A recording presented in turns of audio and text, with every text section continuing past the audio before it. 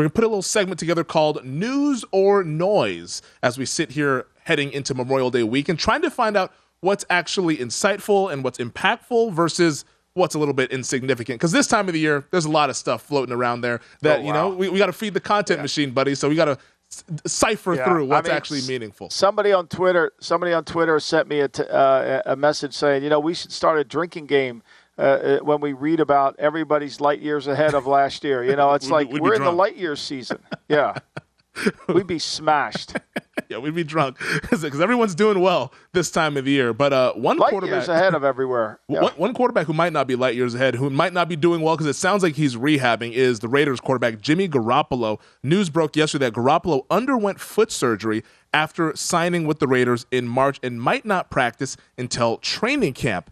Do you think that this is impactful or insignificant of Jimmy G not really being able to participate in the offseason program and might not see him until July or maybe even August? I think what you said to start that question off is that we learned yesterday. Well, the Raiders learned back when they signed him. Mm-hmm. There was a delay in signing Jimmy G because they were concerned about the ankle. The bones in the ankle weren't healing completely, just one bone.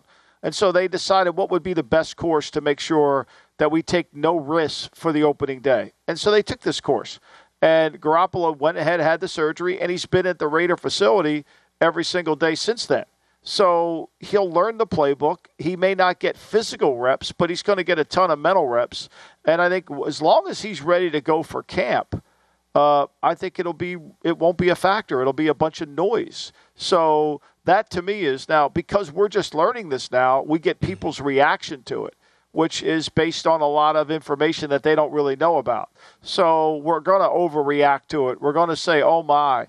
But I think at the end of the day, he'll be fine. I think Tyree Wilson, their first-round draft pick, who also had foot surgery, will be fine. How they play from that point forward has yet to be determined. The legitimate concern is that Jimmy G has got durability issues. Yep. We know this. Yep. And he's a really good player when he plays. So as a Raider fan, you have to be worried just about that factor, not whether he's going to come back from the foot. Well, I will say this, though, because you mentioned how he's going to get the mental reps. This is his first year on the team. He's been in the offense before, and I'm sure the mental reps, he'll be sharp with it. But don't you think the physical reps, given the fact that he's never played with Davante Adams, he's never played with some of these guys there, don't you think that matters a little bit more in year one with the Raiders?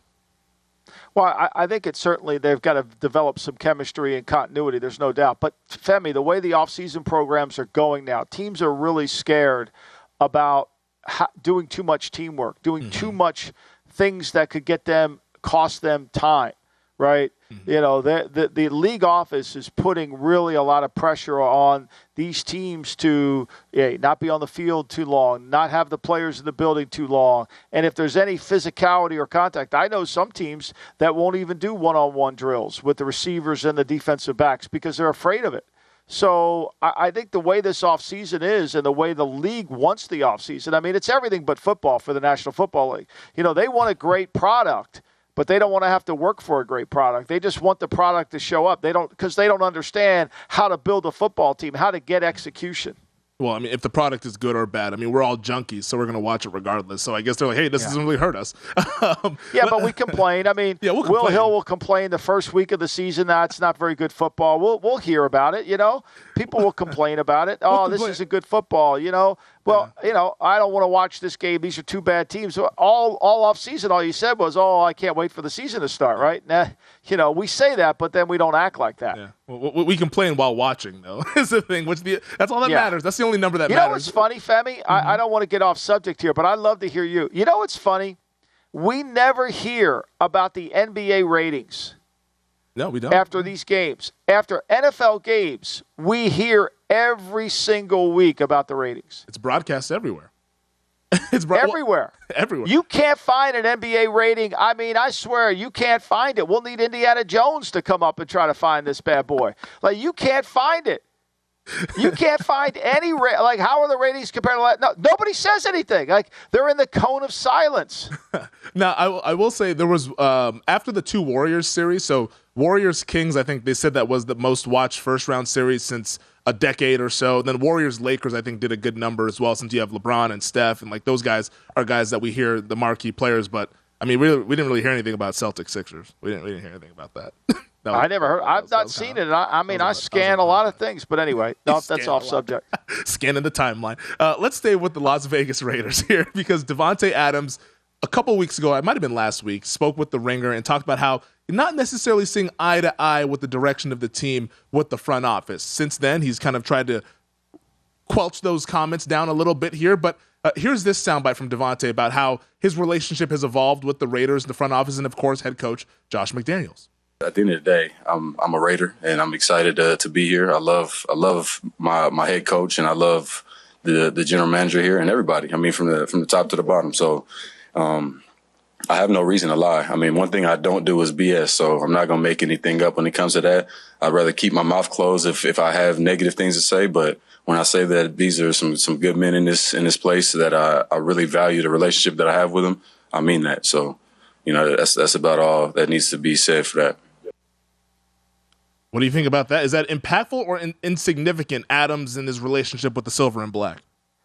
Well, I think it's impactful. I mean, because remember, when he said something bad, we took that as gospel. Now he says something good, we want to just make it noise. I mean, depends on how you want to spin the story, right?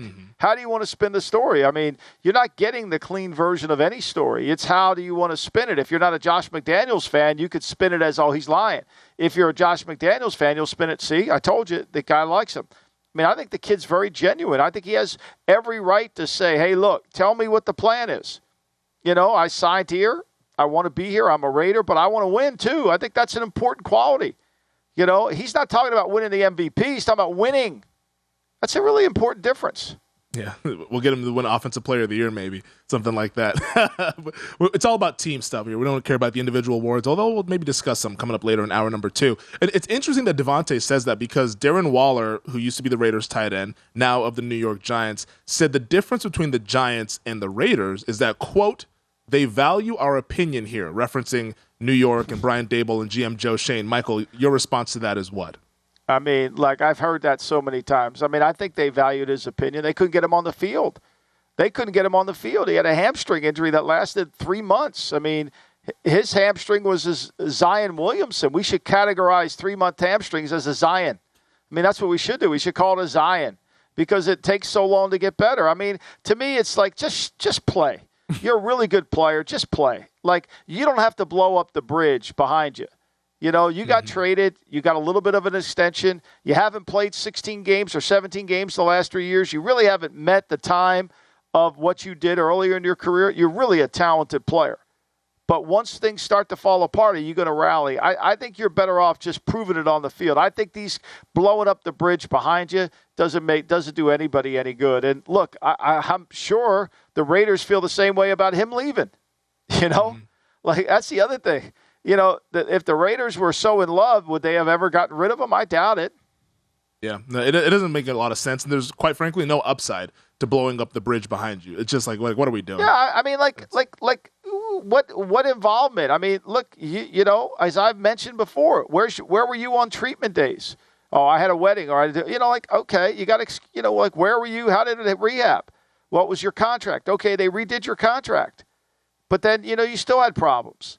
So I think to me it's about playing well, and he's very talented. There's no denying this. He's extremely talented, but the production has to match it.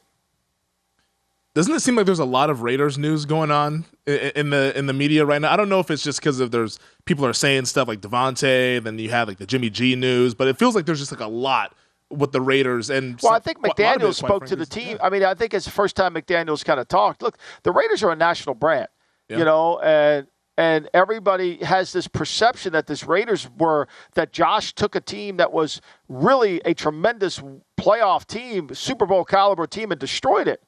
I mean, how that narrative ever got out there, I have no idea, because if you just look at their drafts, there's just no way.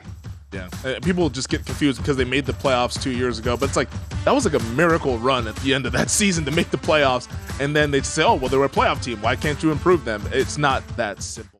Go to VSiN.com/subscribe to become a VSiN Pro subscriber today.